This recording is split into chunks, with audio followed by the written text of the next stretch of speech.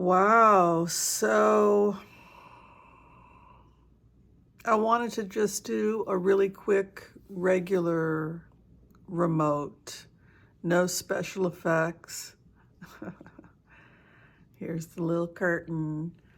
Um, and I was trying to think of what target I should go to. Um, but everyone's talking about Russell Brand. And I wanted to talk about something that was a little bit more meaningful than Russell Brand. But if that's where the collective consciousness is, then that's where we need to go to.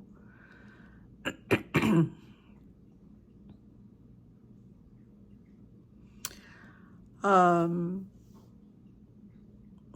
when Chuck and I worked in West Hollywood, we had friendly relationships with local celebrities. And so he was one of the people that we saw around town. It was kind of, we knew that he was flirtatious. It was kind of new information what came out. The severity of the accusations.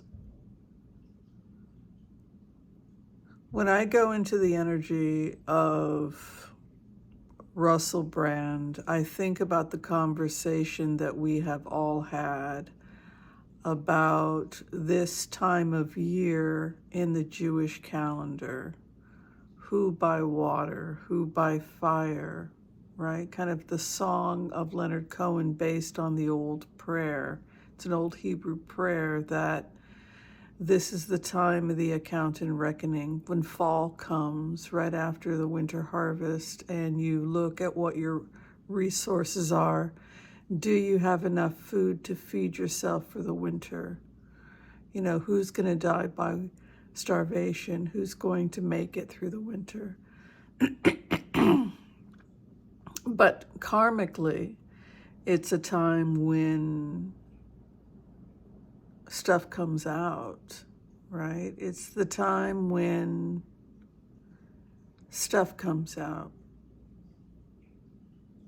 And so that's kind of what we learned from the Russell Brand situation is that stuff is coming out. Stuff that's accusations that are 5 years old, 10 years old. When I meditate on this, the first thing I want to say is what I witnessed just as someone very much in the periphery, and what Chuck Dransfield in the periphery. We were I wasn't even an acquaintance. I don't even think I said one word to this person, but Chuck was an acquaintance friend of Russell Brand, and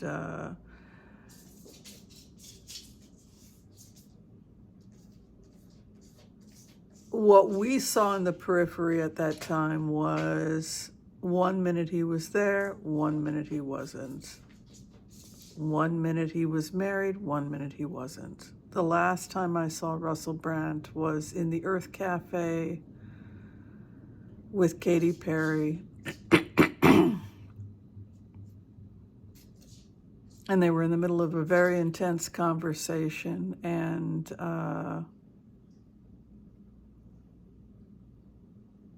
I was reading a book and eating a sandwich.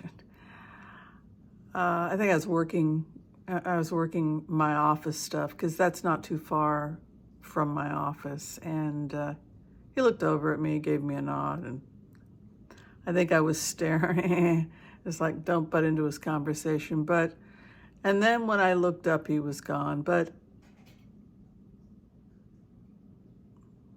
that was right before they broke up. So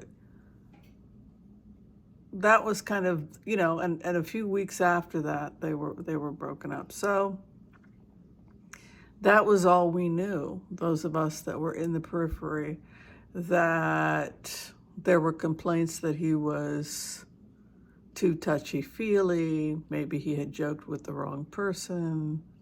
Maybe he goes into that type of comedy when he's just looking for laughs. We didn't really know. And that he was gone. So we figured, oh, well, maybe somebody got pissed off. When I go into, so my point is this is not a new allegation. This is from somebody very much in the periphery with Chuck. 1 minute he was there, and 1 minute he was no longer a part of Hollywood. And we didn't know why, but we thought maybe it had something connected to this touchy-feely problem, right? And then the divorce. So it all kind of happened at once. So as a remote viewer, when I go into the energy, it feels to me like there's an LAPD investigation, that there are police investigations. And that maybe one of the victims is coming forward, and maybe the statute of limitations is going to be, they're starting to waive these types of cases, particularly because sometimes victims are afraid that there's going to be retaliation, or if the attorney for the accused has made threats against the victim, sometimes that will cause the statute to run out. So in those cases, sometimes the LAPD will reopen a case 5-10 years later if the victim was silenced either by threat or legal means or something like that. So it feels to me that the reason why they're acting so aggressively, energetically with Russell Brand is because he could be criminally charged. Yeah, they're looking at possible criminal charges. So that's where we're headed, possibly, with this type of energy. And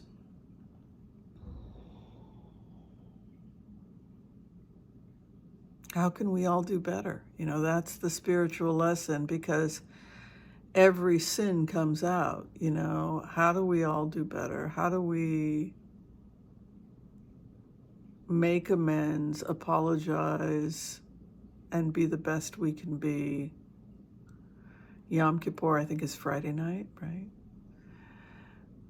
The account and the reckoning. So it's just a time for us to reflect on the fact that everything eventually comes out. So let us examine what the lessons are.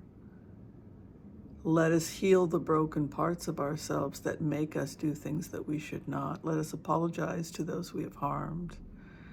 And let us heal the wounds we have caused. All right, with love and light to all of you, thank you all for watching this very brief remote view. If you have not had a chance to like and subscribe, I would be very grateful if you would do so. If you'd like to get a reading with me, the information is below this video. Be well and good night. Bye-bye.